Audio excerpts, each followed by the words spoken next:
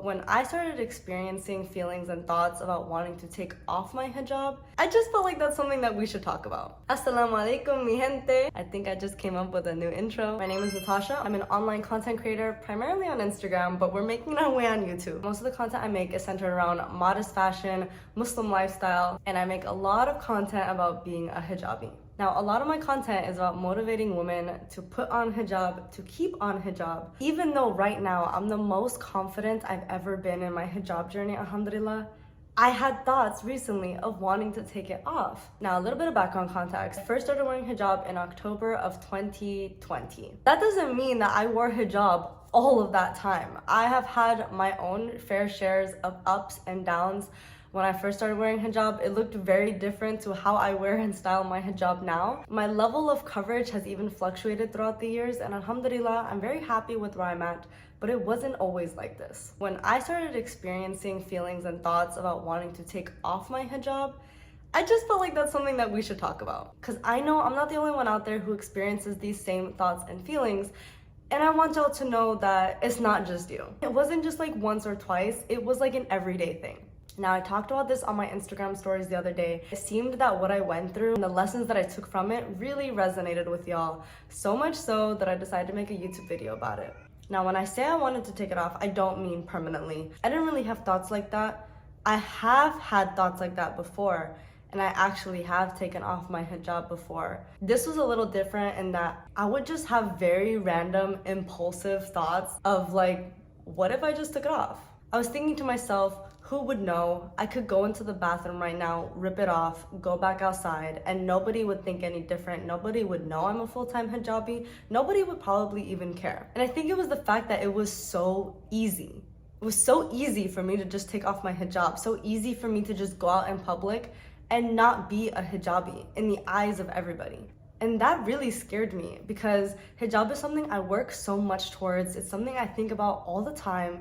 So to think that all that work could just be taken away like that so easily and so quickly, inconsequentially, that was really scary to me. And I had these thoughts that I wanted to just take a walk out in society with no hijab, speak to a person again face to face, and not have that initial bias that comes when people see me with hijab on. For people to just see me as a regular girl instead of a Muslim woman, a hijabi. I wanted to remember what that felt like. I spent so much of my life not being a hijabi. I didn't become Muslim until 3.5 years ago.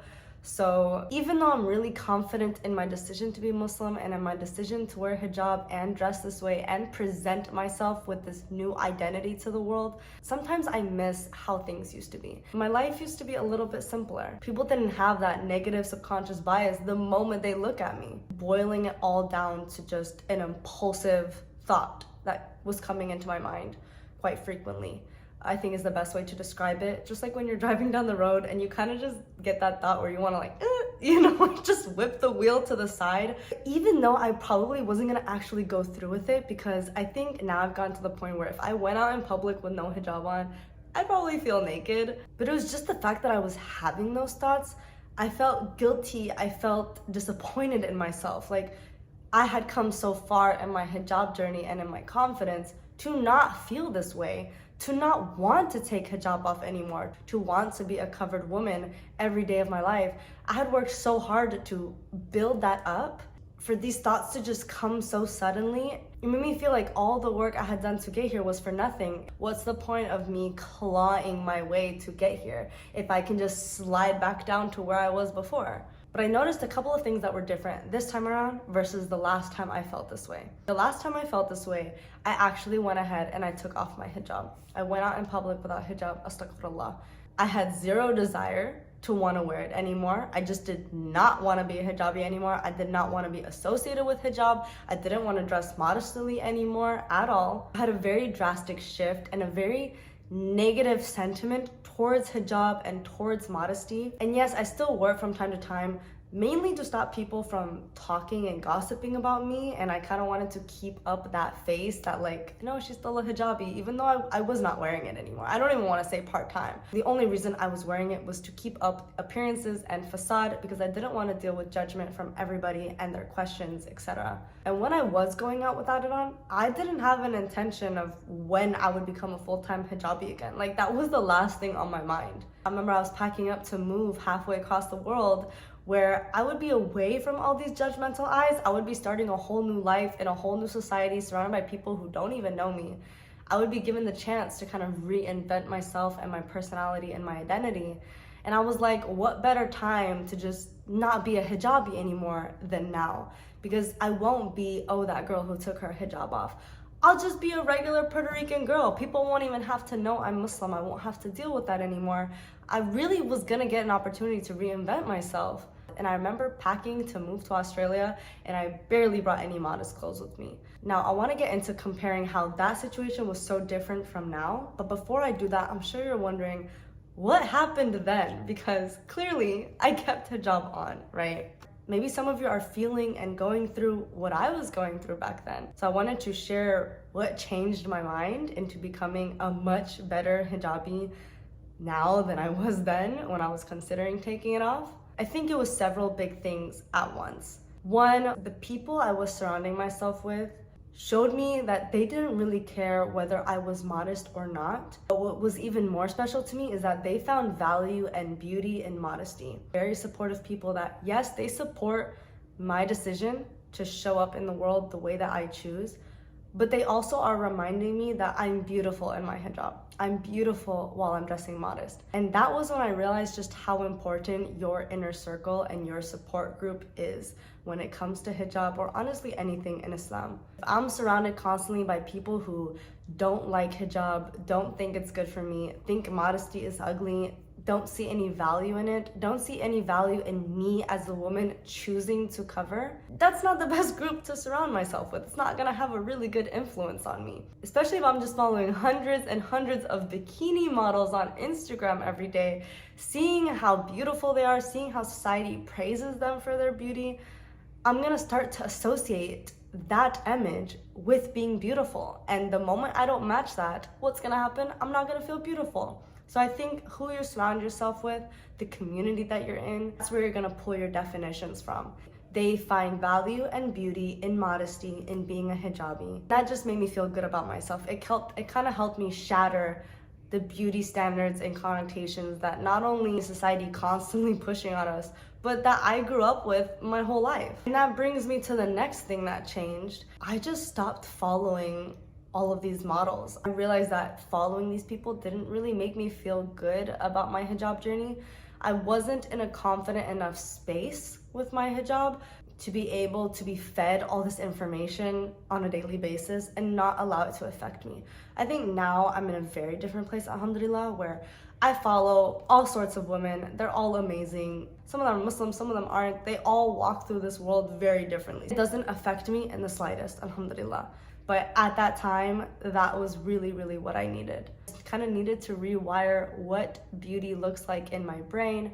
So instead, I started following a lot of Muslim women who dress very modestly. I'm not talking about like your typical hijabi influencer. I'm talking about like women in full niqab, women in like himar and big wide abayas, and just totally rewired my brain. And I really needed that. The importance of being hyper aware of what you're consuming and what you're allowing to influence yourself subconsciously, because it has a huge impact. Sometimes we don't even realize. And I think the last thing was I started to really contemplate, who would this new Natasha be? Knowing everything that I know now, having all the experiences that I have had since becoming Muslim, the new identity I've created for myself, because I kind of wanted to go back to who I used to be before Islam, before hijab, and I realized that that person doesn't really exist anymore. And I was asking myself, what will this new Natasha look like? Because I think one of the biggest reasons why I wanted to take off my hijab back then is I wanted to feel like myself again. Who I was before hijab, before Islam, before everything changed. And it was when I took off my hijab that I realized I have changed too much as a person. I have come too far in this journey to ever being able to go back to who I was before. That person just doesn't exist anymore. She has changed and evolved so much that I don't even know if I'd want to go back to being that person again. I think it was more coming from a place of that's what's comfortable, that's what I know, that's what I'm so familiar with. I kind of was craving that. And I realized that just because I take this piece of cloth off my head doesn't mean I can just go back to that life I had, to that person that I was. It wasn't just about the hijab, and it wasn't just about my confidence and feeling beautiful, although that definitely played a huge role, but it was so much deeper than that, that it really connected to my identity and who I felt Natasha was. Long story short, I ended up not taking off my hijab. I actually did the complete opposite. I meant to clarify here that I didn't take off my hijab permanently, even though I had taken it off for a couple of months. As I started to spend more and more time contemplating on my identity as a hijabi, I started to fall back in love with all of the reasons that brought me to hijab in the first place. There's so many parts of my identity I've connected and intertwined so closely with hijab, and some of you are gonna get exactly what I'm talking about. Some of you are gonna not understand that at all, and that's okay because we can talk about it in another video. Over this past year, I have come to love hijab so much and have grown so confident in it. I've been able to build this huge, beautiful community with all of you that feel the same way, which has been amazing, by the way. I love y'all so much, you have no idea. I am very happy where I am in my hijab journey. I would have never thought in a million years that I would have thoughts like these again, but I am, right? So now I want to get into the lesson I took away from this experience, because it took me a couple of weeks of being very upset and frustrated. Like, why am I feeling this way? I feel so detached from my iman. I feel so detached from Allah. Especially after Ramadan, having that high, I was so disappointed in myself. I was very ashamed. I felt very guilty. I feel like a fake. Like, I really promote online loving my hijab so much, and I do love my hijab, and I feel beautiful in it. So what's going on? Why in the world would I want to take it off when a month ago I would have never even contemplated the idea for a second? Like, the thought wouldn't have even crossed my mind. So it goes back to what I said at the beginning of this video. The fact that it was so easy for me to just give up on everything I've worked on in hijab and to just suddenly not be a hijabi, to just suddenly take it off, despite all the confidence and security I worked so hard for, made me realize that this is just about choice. It was the fact that I could choose to not wear hijab. And then it made me realize that these thoughts, as much as I hated them, were so important, especially to someone who wants to wear hijab for the rest of their life. And I'll explain why. At least for me, having these thoughts reminded me that hijab always was, is, and always will be a choice. When I first started wearing hijab, it was a choice. I was not even Muslim yet. I woke up every single day and I asked myself, do you want to wear hijab today? Yes or no? Some days I said yes, some days I said no. Somewhere between then and now, I just kept saying yes. I started saying yes more often than I was saying no, to the point where I was just saying yes every single day. It became so second nature. Becoming a hijabi became so ingrained in me that I forgot to ask myself that question every day, which was fine because I was so comfortable in that decision and comfortable with where I was at. But I think what I went through these last couple of weeks was so important because it reminded me something that I had forgotten, that I hadn't thought about in the longest time. And it's that hijab is a choice. I choose to wear hijab. I choose to be a hijabi. I think that wanting to be able to just go outside and rip it off, that desire, that impulse came from wanting the freedom to choose. When all of society, everyone around me, people on the internet have this image of who Natasha is, that she's a hijabi, that she covers a certain way. I kind of wanted to break free from that and just double check. I still have freedom of choice. In choosing not to wear hijab and choosing to just go out without it was my way of trying to seek that freedom, trying to double check, hey, is this still something that I'm choosing, or is this something I'm doing because everyone expects me to do it? Because how could I not be a hijabi anymore when the whole world expects me to be one? Making sure that I haven't been locked in a box that I can't ever break free from anymore. I don't ever want that to happen, because then I feel like your intentions aren't even genuine at that point. But then I realized something really important, and it's that I can still get that choice, that sense of autonomy, that check to make sure that this still is my choice without taking my hijab. It was when I was having these thoughts over and over and over again, and I was choosing to not take my hijab off. Even though I could, even though it would have been so easy, even though no one would have known, it could have been secret. I didn't have to blast all over social media. I could have just gone for a walk down the street. Even though there wouldn't have been any dire consequences. Right now, of course, I'm not talking about like akhirah, I mean like right now. There wouldn't have been any consequences. And yet I still made the choice to not take it off. And I spent weeks making that choice over and over and over again, and I didn't even realize I was doing it.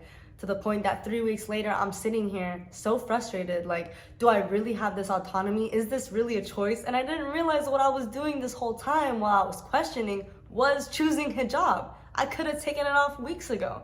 Every single time I had these thoughts, I could have just listened to that voice in my head. I could have just given in, and I didn't. And I kept my hijab on.